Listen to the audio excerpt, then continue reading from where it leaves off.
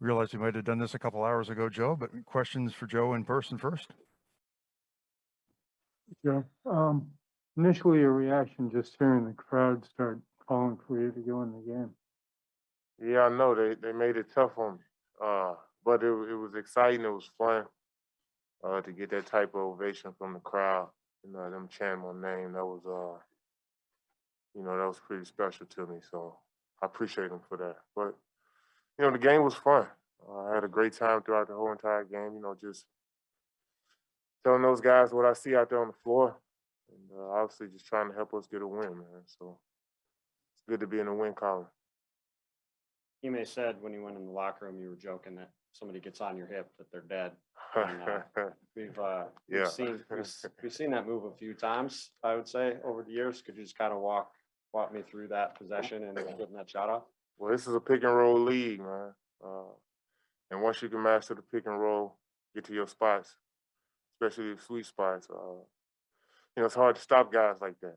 Especially when you can make plays out of that. So I never, I never lose sight of that or lost sight of that. So just from watching the game, I see how they play in the pick and roll. So if I'm in the pick and roll, you either gotta lob or you're gonna have the mid range game or the floater. Luckily, it went down. How did it feel to have that shot go in? It felt great. I mean, when I got here last night, I had to get up this morning. Had a lot of running around to do, and I finally got over to the practice facility, and I actually got me a little workout in. So it wasn't like this was the first time I touched the ball. So Right. I appreciate the guys for letting me work out earlier today. But it was fun, man. It was fun. I couldn't ask for nothing better. Thank you.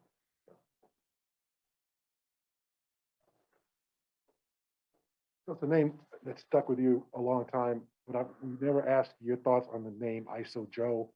How do you feel about that nickname? And now it's kind of a endearing term. Before it might not have been so endearing. What's your thoughts on that? Hey man, I just kind of ran with it. It seemed like it kind of started more so the Utah, my Utah stint. Playing against the Clippers in the playoffs, but it's kind of stuck, man. I've just just ran with it, like just having fun with it, and it's gotten pretty big. So to hear the crowd chant that, that was fun, man. That was fun.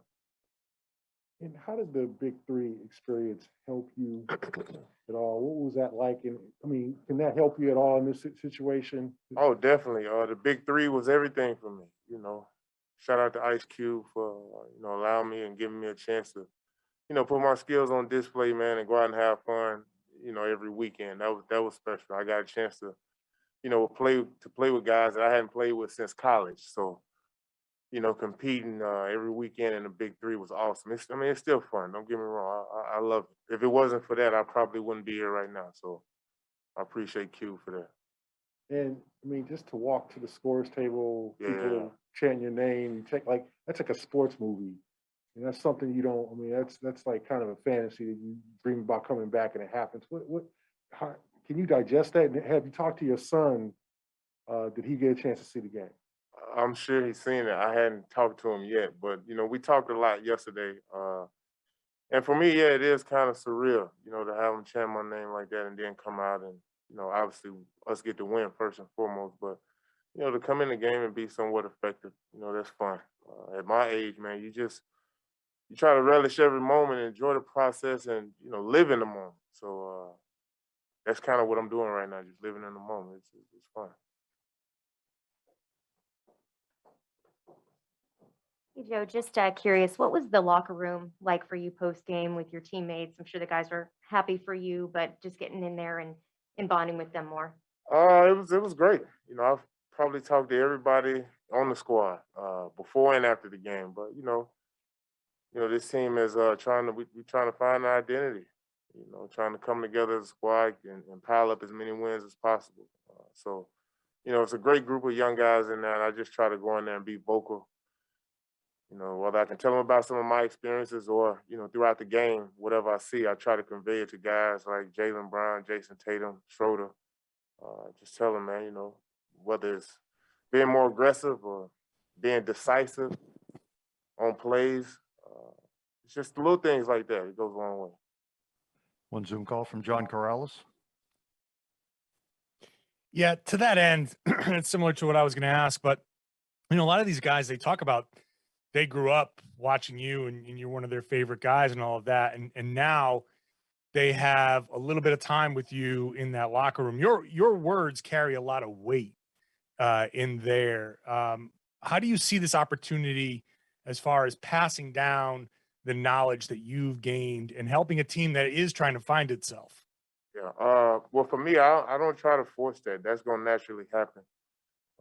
Me and Tatum, me and Brown, Schroder, we all just within the little time that I've been here have had one-on-one talks. It's little things like that. So, man, I'm gonna try to do whatever I can to help these guys, help this organization, help this team, get wins, man, and see where we go from there. Follow-up question, John? Yeah, I know Al Horford has been out in protocols, but are you looking forward to maybe getting this opportunity in one of these games coming up to work with him again?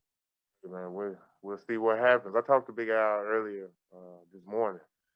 So yeah, it's exciting, man. I hope he gets back out here and me and him get a chance to share the floor again. So, only time will tell that. We just gotta take it one day at a time. We'll wrap it up right there. Thank you very much. Thank you. Yeah.